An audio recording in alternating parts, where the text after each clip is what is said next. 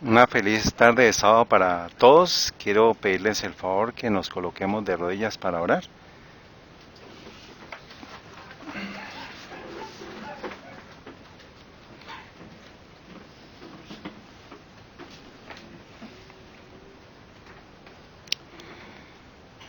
Santo y eterno, cariñoso Padre Celestial, Creador del cielo y de la tierra, misericordioso, clemente, justo, Príncipe de paz, Dios Padre nuestro que estás en los cielos, te damos gracias por la oportunidad de abrir tu palabra, de abrir la profecía, de abrir el espíritu de profecía, que en esta tarde podamos ser alimentados y queremos implorarte que bendigas los hogares aquí representados, también a todos los hogares de todas las personas que puedan estar escuchando este mensaje más adelante. Imploramos tu bendición para cada uno de nosotros, imploramos por nuestros seres amados, queremos verlos en el reino de los cielos, así como suplicamos que nos perdones a nosotros, que podamos confiar plenamente en el Cordero de Dios que quita el pecado del mundo, que podamos tener una fe verdadera de poder colocar nuestros pecados en Él para finalmente tener victoria sobre el pecado. Imploramos tu bendición y tu compañía, dirígenos, lo pedimos en el nombre de nuestro amado Señor Jesús y por la unción del Espíritu Santo sobre cada uno de nosotros oramos. Amén.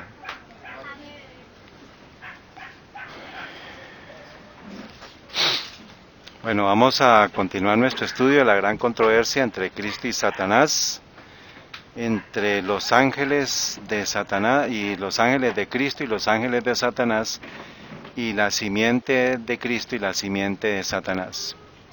Y finalmente estamos llegando al tiempo de la gran controversia, en el cual vamos a ver con nuestros propios ojos el sellamiento del pueblo de Dios, y también vamos a ver la marca de la bestia. Hay una decisión que debemos tomar: si tomamos el sello de Dios o vamos a recibir la marca de la bestia.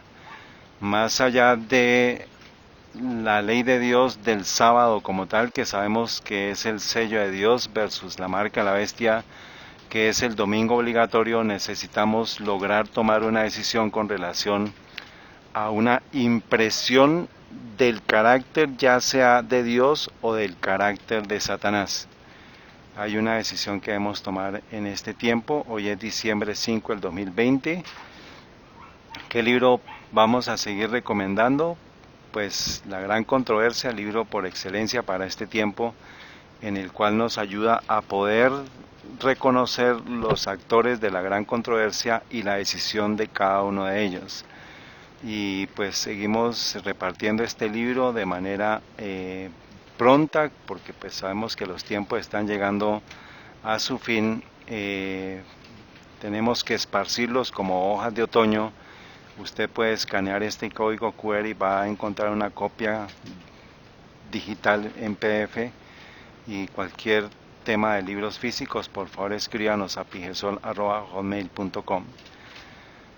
También en este tiempo de pandemia, pues tenemos que usar este libro para protegernos de la ignorancia, porque un pueblo que no conoce la profecía, que no conoce la palabra de Dios, pues finalmente va a estar respirando los miasmas del mundo y pues va a tener que asumir las consecuencias.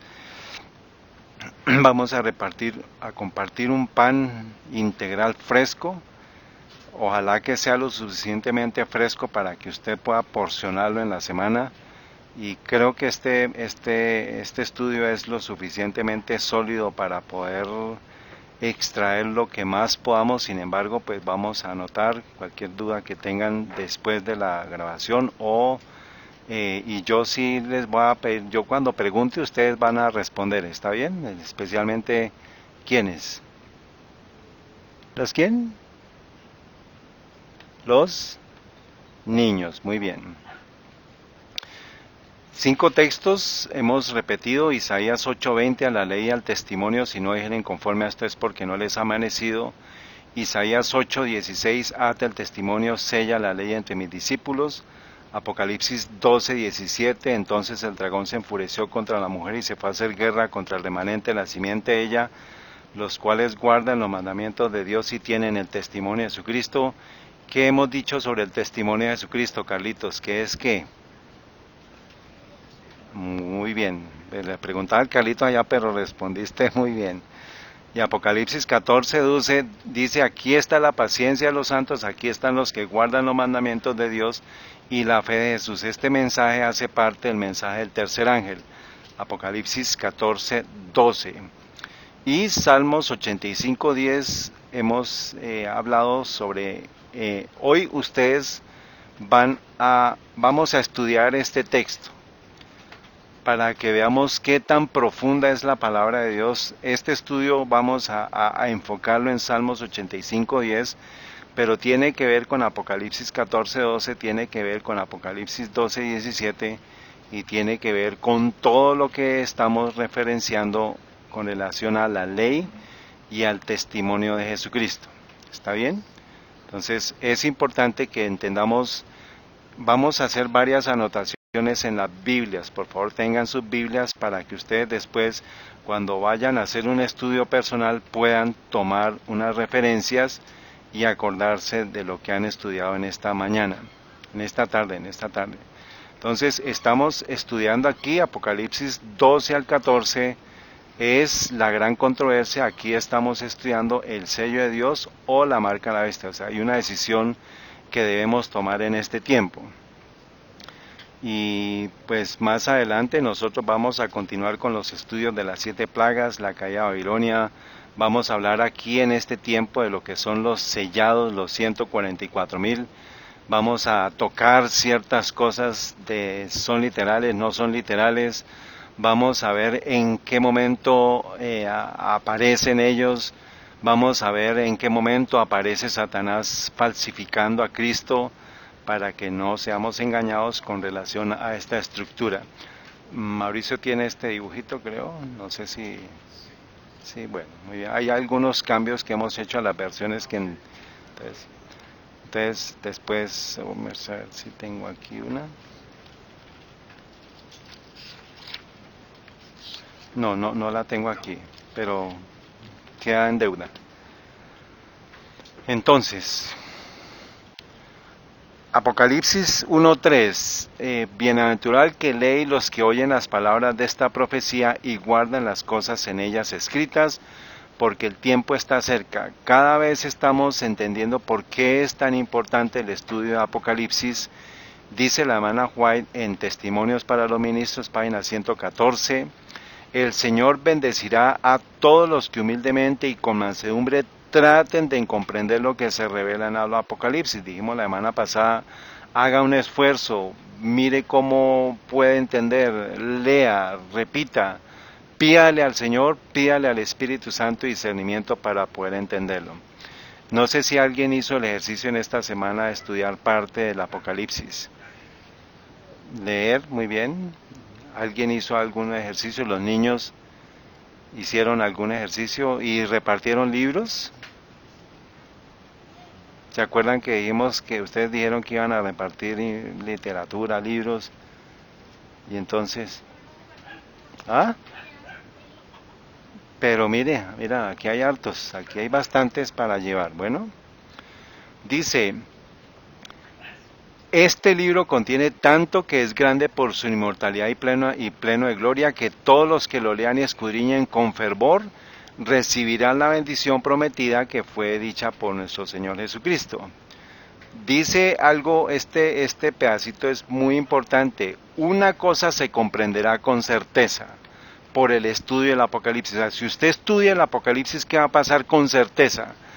Va a estudiar, dices, va a comprender la relación entre Dios y su pueblo, es estrecha y decidida, y se ve una maravillosa conexión entre el universo del cielo y este mundo. O sea, no hay libro más amplio que le ayude a entender la conexión del cielo con la tierra que el libro de ¿quién?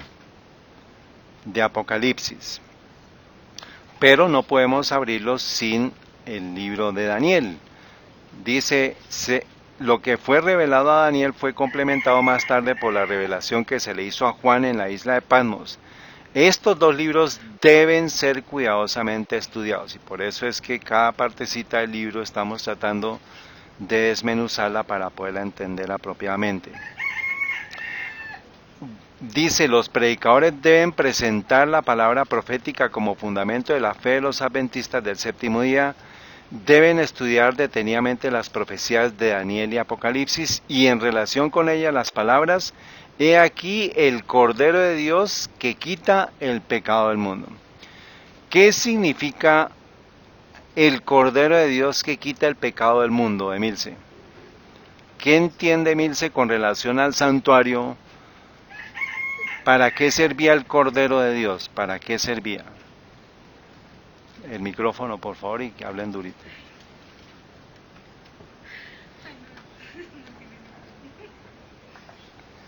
¿Para qué servía, Eduardo? Si la esposita no le, entonces el esposito le ayuda.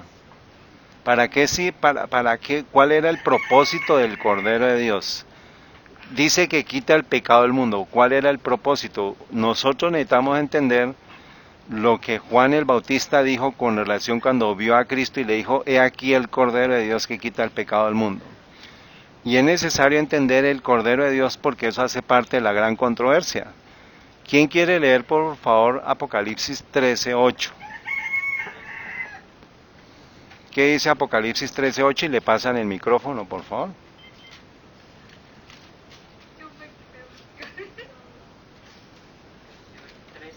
13:8.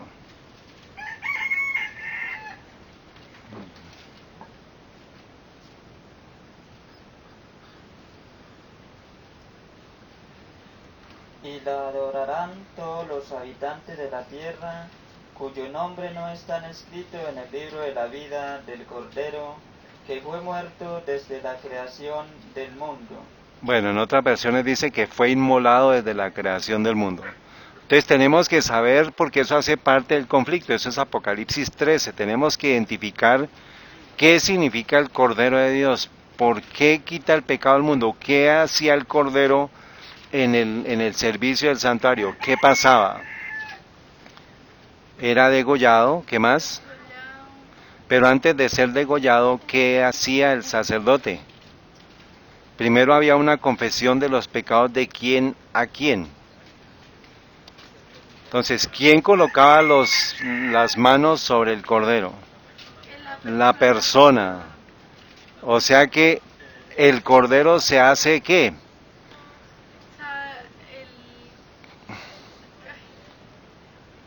¿Se hace qué? Por favor, un micrófono. Se hace portador del pecado. O sea, el Cordero de Dios, dice, he aquí el Cordero de Dios que quita el pecado del mundo, significa que el Cordero se hace, ¿qué?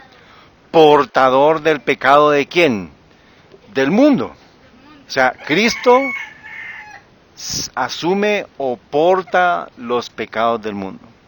Eso es parte de lo que usted debe lograr entender y nosotros necesitamos lograr entender esto para tener victoria sobre el pecado.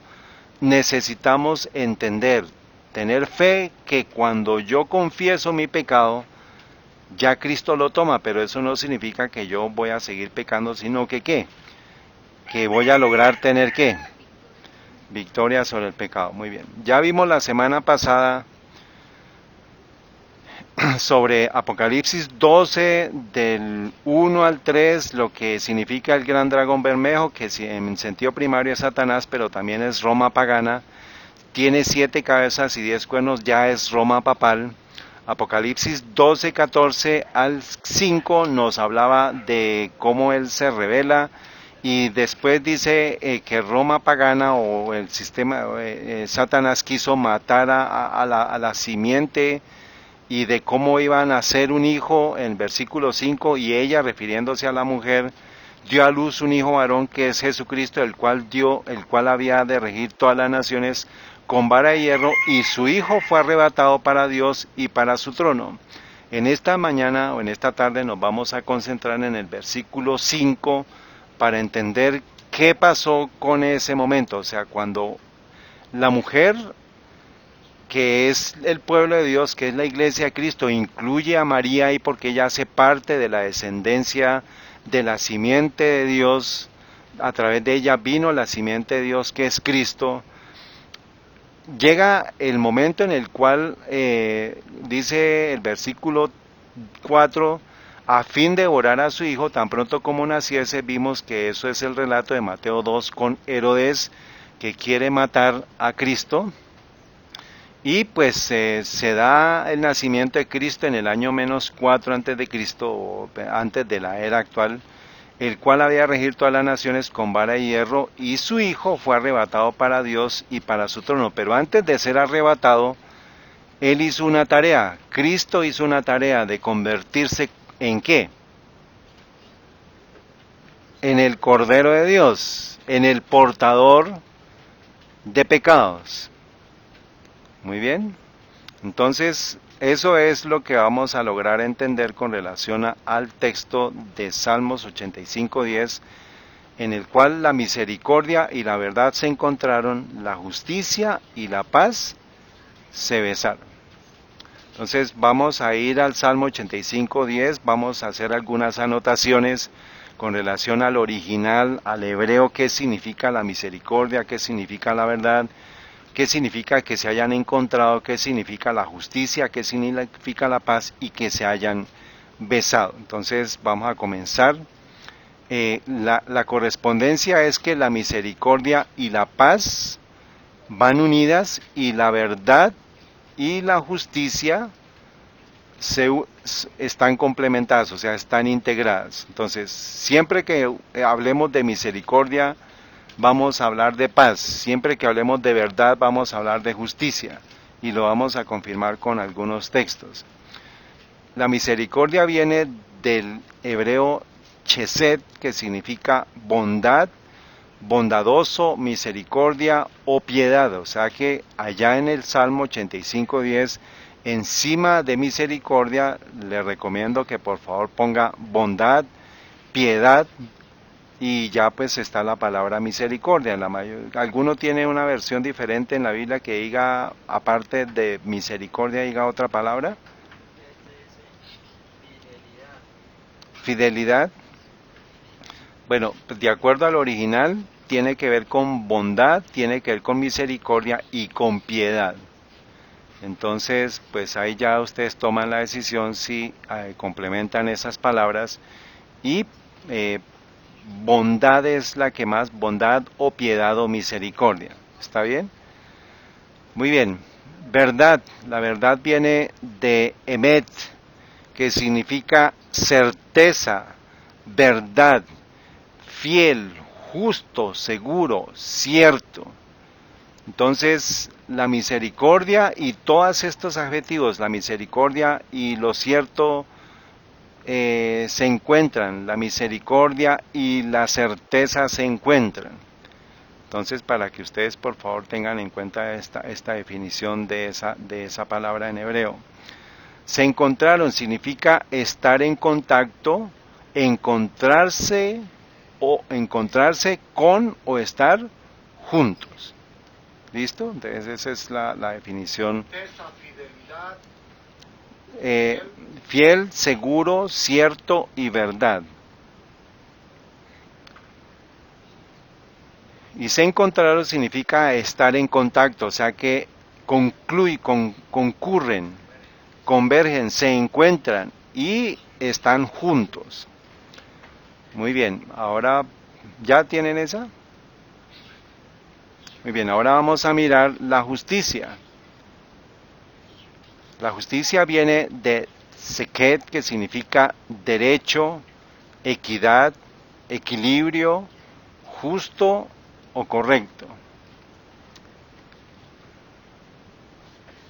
Repito, la justicia significa derecho, equidad, equilibrio, justo o correcto. O justicia, que es righteousness, justicia.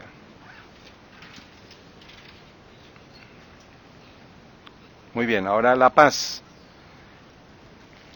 Viene de shalom. Shalom, ¿han escuchado la palabra? significa seguro, bien, feliz, amable, bienestar, prosperidad, paz, hacerlo familiar, buena salud, prosperar o descanso o prosperidad, prosperar o prosperidad y descanso. Entonces,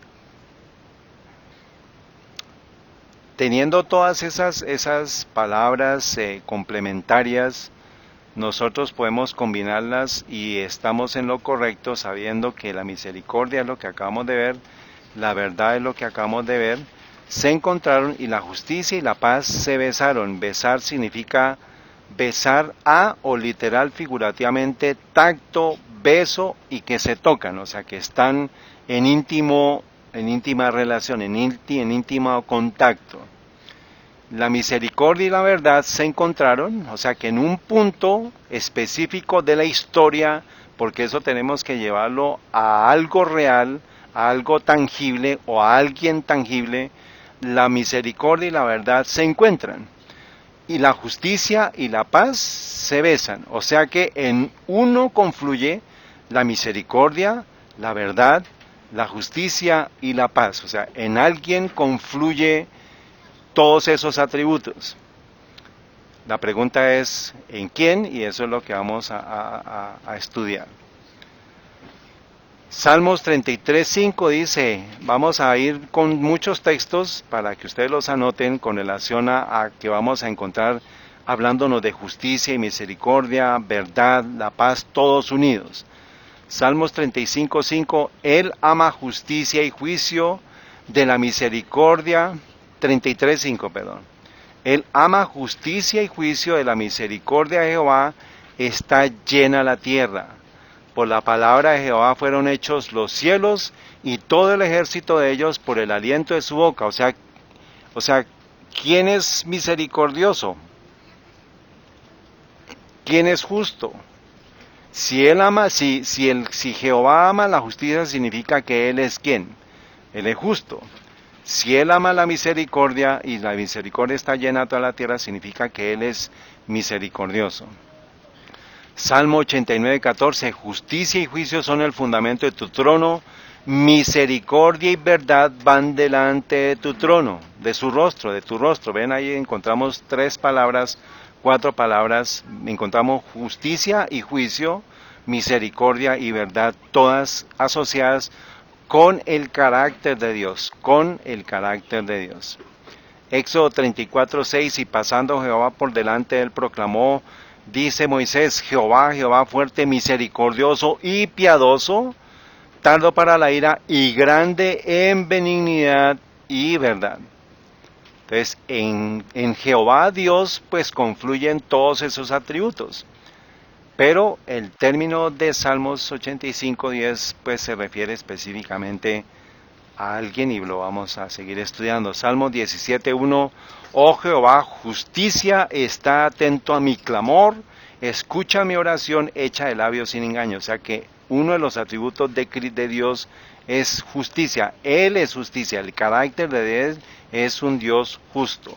Salmo 119:142, tu justicia es justicia eterna y tu ley la verdad. O sea que la justicia tiene que ver con la ley y tiene que ver con la verdad, porque por un juez, pues suponemos que un juez cuando está presidiendo una audiencia, pues el juez es como. Y también creemos que está diciendo ¿qué? La verdad. Entonces, en Jehová se tocan y se besan ¿quiénes? La misericordia, la verdad, la justicia y la paz. El último Salmo 119. 142. Isaías 7:14, por tanto el Señor mismo os dará una señal. He aquí una virgen concebirá y dará a luz un hijo y llamará a su nombre Emanuel y comerá mantequilla y miel para que sepa desechar lo malo y escoger lo bueno. A nivel de lo que significa para ese tiempo lo que comían ellos, lo que está diciendo el texto, el hecho de nosotros comer lo que Dios dispone para el momento propicio, para el tiempo propicio, nos va a ayudar a desechar lo malo y escoger lo bueno. O sea que nos va a dar ¿qué? Discernimiento. Por eso es que tenemos que tener cuidado con lo que nosotros coloquemos en nuestro estómago, porque eso nos va a ayudar a tomar decisiones adecuadas. Vamos a poder identificar lo que es bueno y lo que es malo. Muy bien. ¿Y qué significa Emmanuel? Emmanuel significa con nosotros es Dios, o Dios es con nosotros, o Dios con nosotros. En el libro del deseado de todas las gentes, el capítulo 1 se titula ¿cómo? Dios con nosotros. O sea que Isaías está hablando que dice que de una virgen iba a concebir y se iba a dar a luz un hijo. Ese hijo es el hijo que quería destruir Satanás. ¿En qué versículo? En Apocalipsis 12:5. El dragón se llena de ira, va a destruir a la mujer, pero finalmente ese hijo nace con relación a cómo se tenía que cumplir las profecías, y su nombre se iba a llamar Emmanuel, que significa Dios con nosotros. Mateo 1:20 nos dice, y pasando él en esto, dice, he aquí el ángel del Señor le apareció en un sueño, diciendo, José, hijo de David, no temas recibir a María tu esposa, porque lo que en ella es engendrado del Espíritu Santo es, y dará a luz un hijo y llamará su nombre Jesús, porque él salvará a su pueblo de sus pecados. O sea que desde el momento de la concepción, cuando el ángel está diciendo a María lo que iba a ser de él, significa que ya lo estaba prefigurando como el que se iba a tomar los pecados del mundo, del pueblo. Era quien, el Cordero de Dios.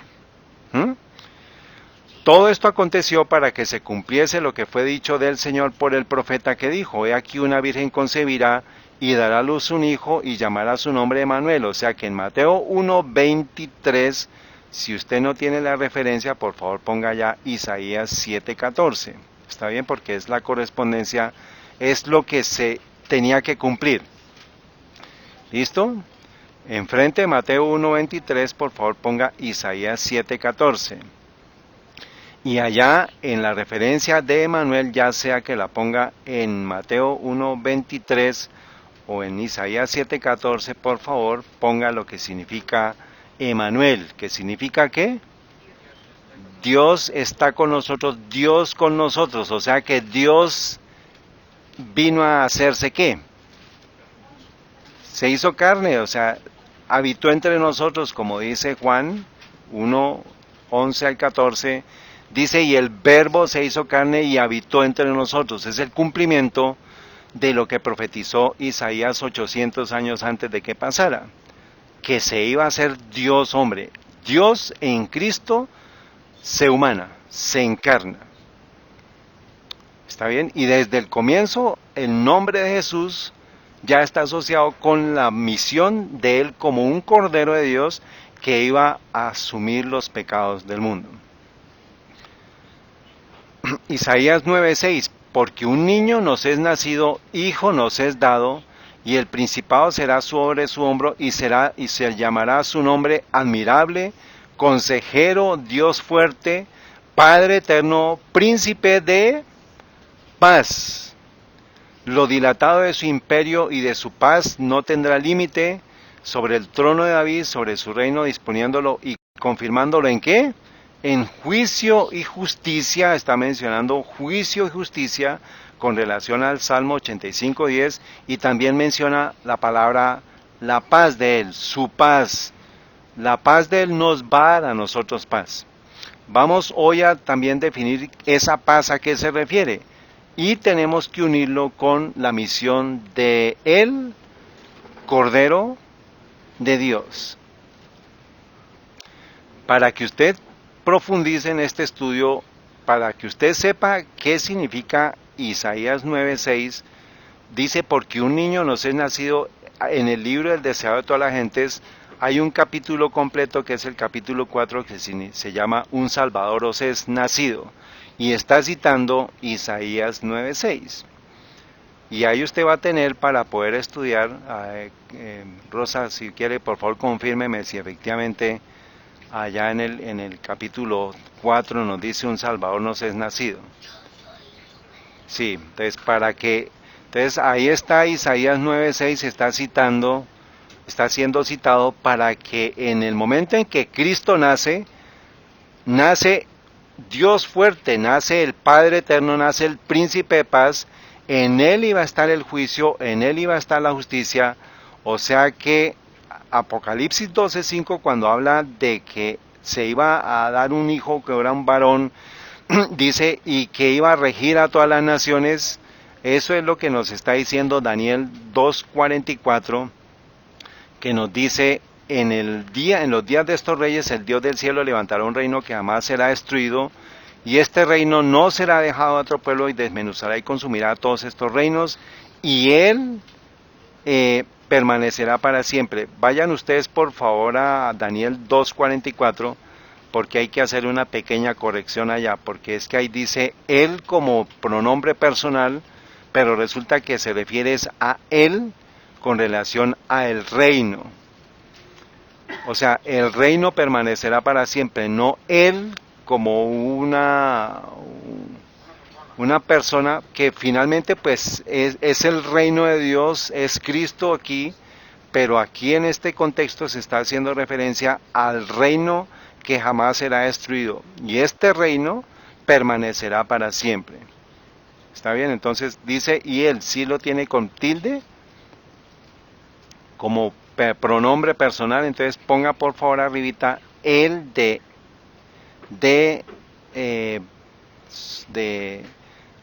artículo, que es este o él, o sea, y referido al reino de Dios, que es el que estableció Cristo cuando él asciende al trono de Dios y es llevado al cielo, de acuerdo a lo que dice Apocalipsis 12:5. Muy bien, ¿hasta aquí está claro? El original dice que está haciendo referencias al reino de Dios, pero sabemos que implícitamente es Cristo, pero pues la piedra significa el reino de Dios. Listo, que dice que va a crecer y se va a convertir en una montaña y que va a llenar toda la tierra. Jeremías 23:6 dice, en sus días será salvo Judá e Israel habitará seguro, y este es su nombre por el cual será llamado Jehová, justicia nuestra. Entonces, en estos días será salvo Judá. ¿A través de quién vino la salvación a Judá? ¿A través de quién? A través de Cristo. O sea que en Cristo, así como en Jehová, se besan la misericordia, la verdad y la justicia y la paz. Ya hemos visto los textos que en Cristo se tocan y se besan ¿quiénes? La misericordia, la verdad, la justicia y la paz. ¿Por qué? Porque Él es Dios, porque Él es el Hijo de Dios. Lucas 2:41, e iban sus padres todos los años a Jerusalén en la fiesta de la Pascua, y cuando tuvo 12 años, subieron ellos a Jerusalén conforme a la costumbre de la fiesta. ¿Cuántos años tenía Jesús cuando subió a la primera Pascua? 12, muy bien. Y aconteció que, ¿y qué pasó? A ver, los niños que se acuerdan que cuando Jesús cumplió 12 años, se fue con sus papás. ¿Y qué pasó con sus papás y con él?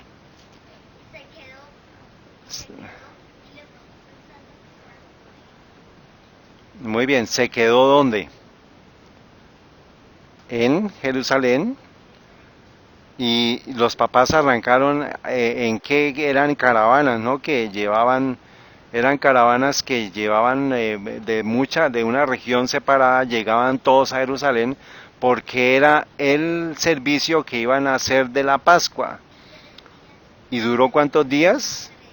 3 días, y fueron 3 días de camino hasta que ellos se dieron cuenta, como estaban con la familia, pues no se dieron cuenta, pero pues hubo una oportunidad que se hubiera perdido. Dice el versículo 46 de Lucas 2, Y aconteció que 3 días después le hallaron en el templo sentado en medio de los doctores, oyéndoles y preguntándoles.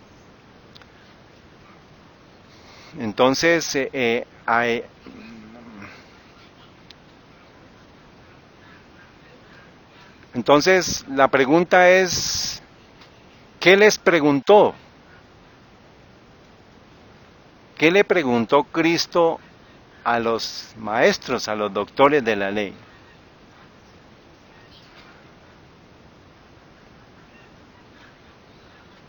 ¿Alguien sabe?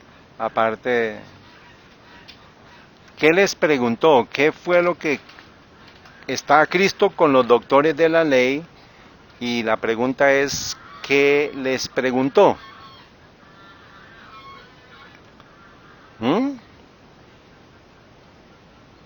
¿Qué les preguntó?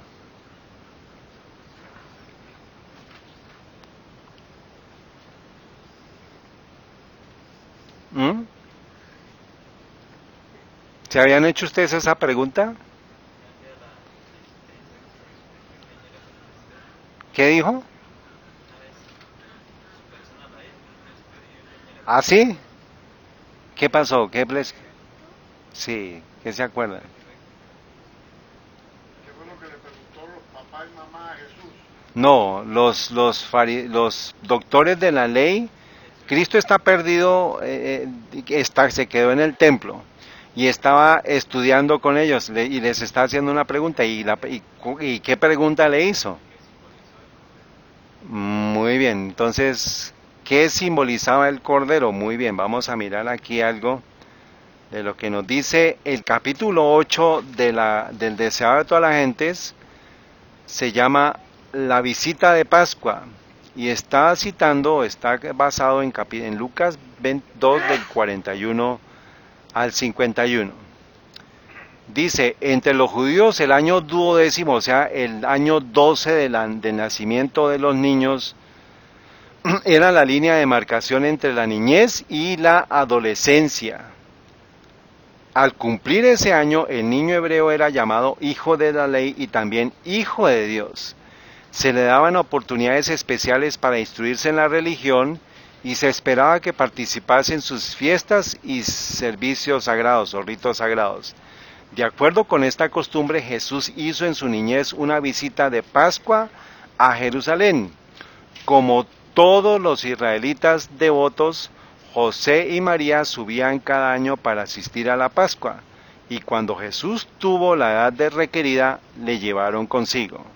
O sea, tenía ya la edad para ser llamado como hijo de Dios, y pasaba de la adolescencia, de entre la niñez y la adolescencia, y también era llamado hijo de la ley. Muy bien. A ver, niños, presten atención porque aquí estamos viendo lo que le pasó a Jesús cuando tenía 12 años. ¿Tú cuántos años tienes, Carlitos? O sea, ¿cuántos te faltan? 2. ¿Tú? ¿Cuántos te faltan? ¿Cuántos te faltan?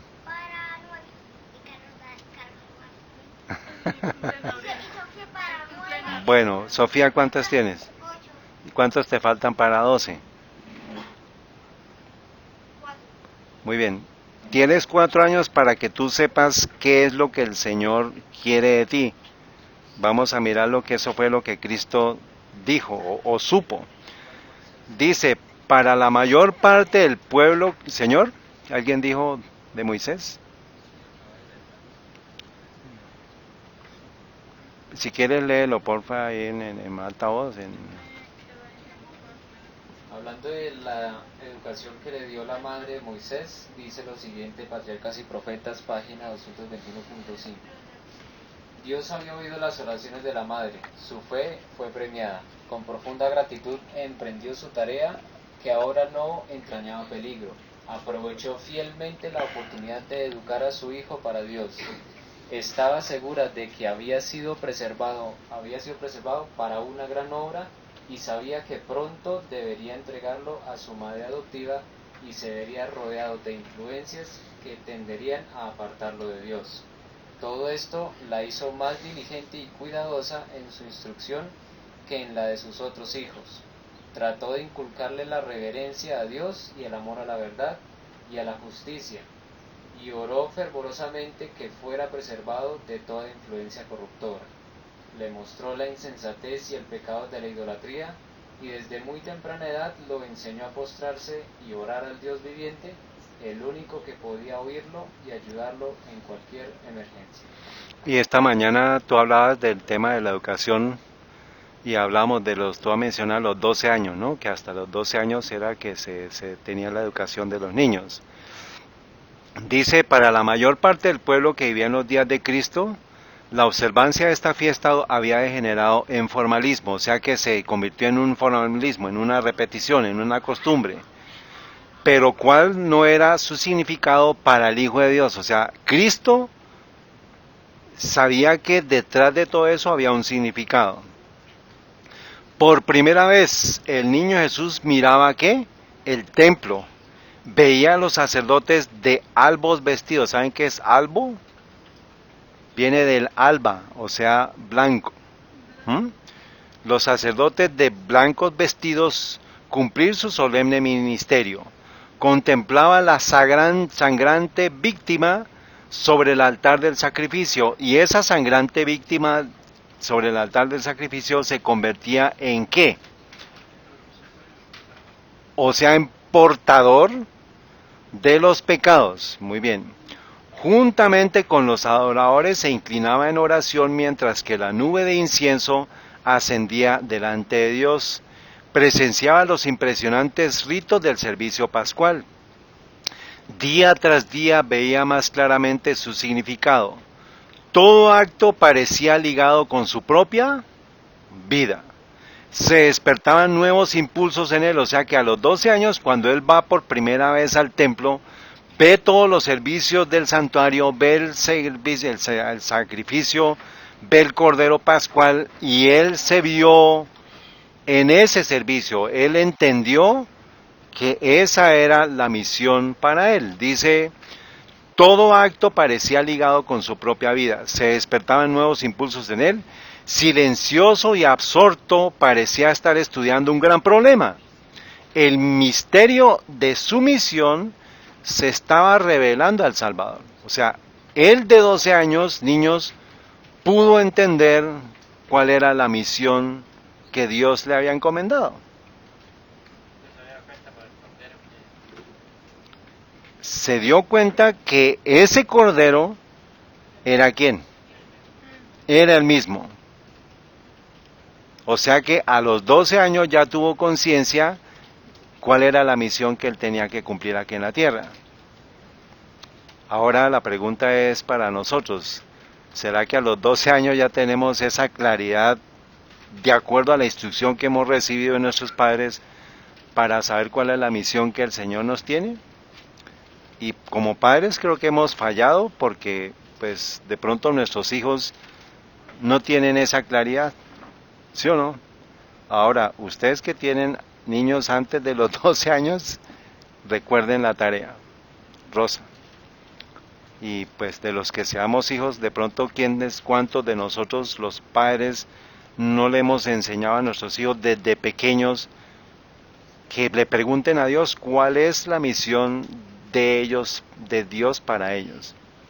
Y Cristo a los 12 años ya tenía esa claridad. El misterio de su misión se estaba revelando al Salvador, o sea que dice, arrobado en la contemplación de estas escenas, no permaneció al lado de sus padres. O sea, cuando él vio, él y sus papás entran a Jerusalén, asisten a la Pascua y pasa todo el murmullo y la fiesta y la algarabía de la fiesta de la Pascua. Él se quedó con eso en su cabecita, se quedó pensando en eso.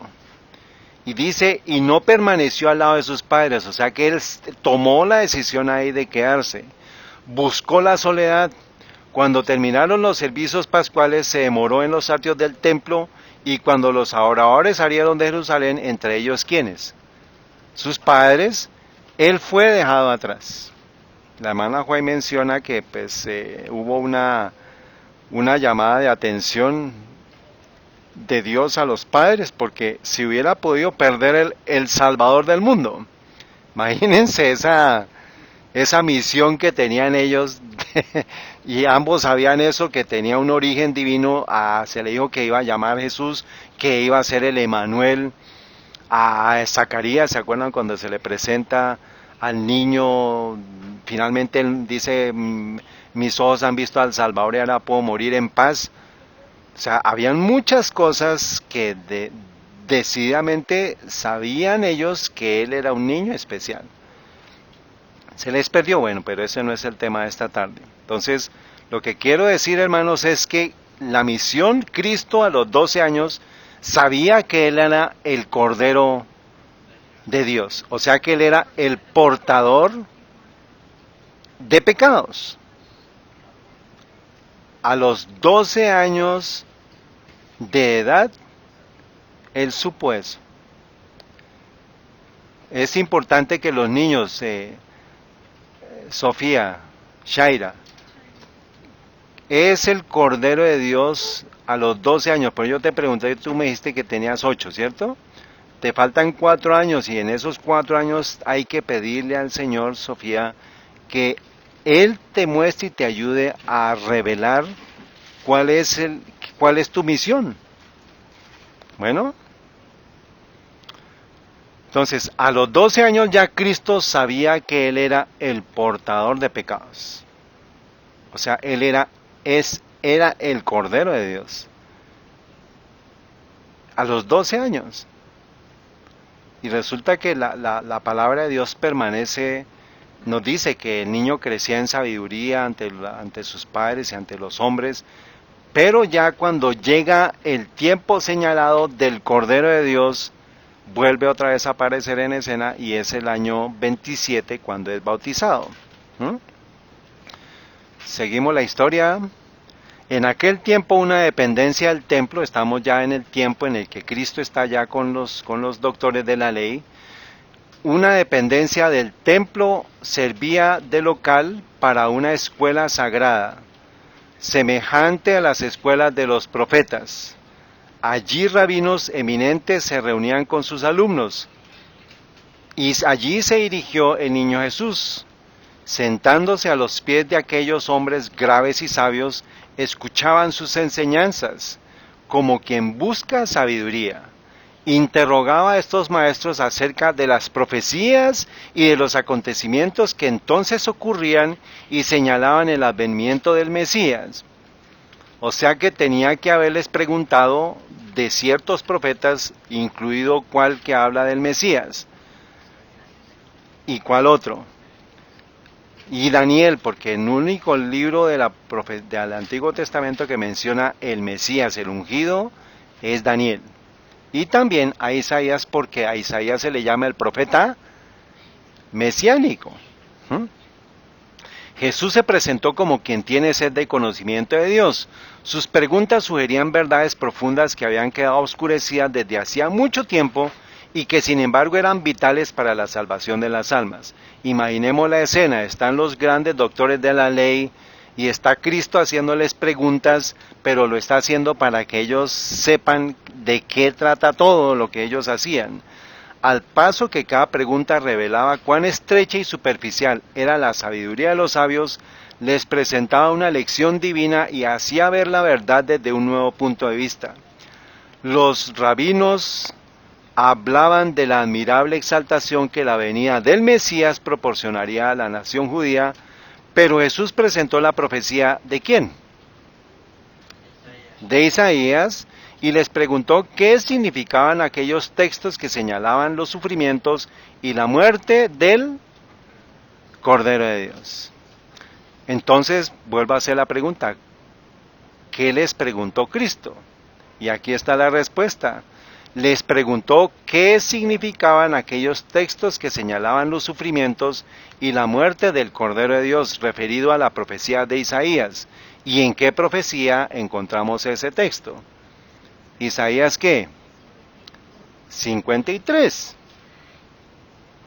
O sea que Cristo les estaba preguntando sobre Isaías 53, porque allá habla de los sufrimientos y la muerte del Cordero de Dios. Entonces, niños, ¿qué fue lo que les preguntó Cristo a los doctores de la ley? Presten atención porque están distraídos. A ver, Carlitos, ¿qué le preguntó? ¿Qué les preguntó Cristo a los doctores de la ley? Dice, le preguntó qué significaban aquellos textos que señalaban los sufrimientos y la muerte del Cordero de Dios. Entonces, esto es lo que es la respuesta a la pregunta que hace Mateo con relación a lo que les dije, en Lucas, perdón.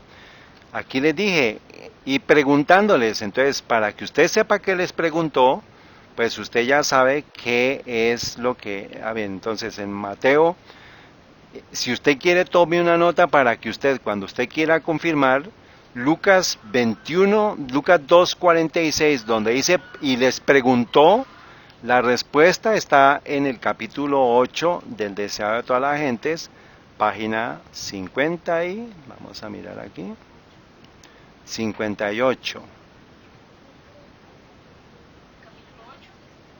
Lucas, el capítulo 8 y en la página 58, y aquí dice, les preguntó qué significaban aquellos textos que señalaban los sufrimientos y la muerte del Cordero de Dios.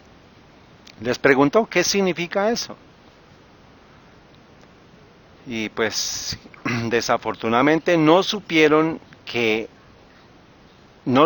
contestar y se admiraron. Ahí dice el texto de Lucas que se admiraron por la sabiduría, pero no sabían, porque pues ya tendrían que haber reconocido al Cordero que había nacido en Belén unos años atrás, 12 años atrás. No lo sabían.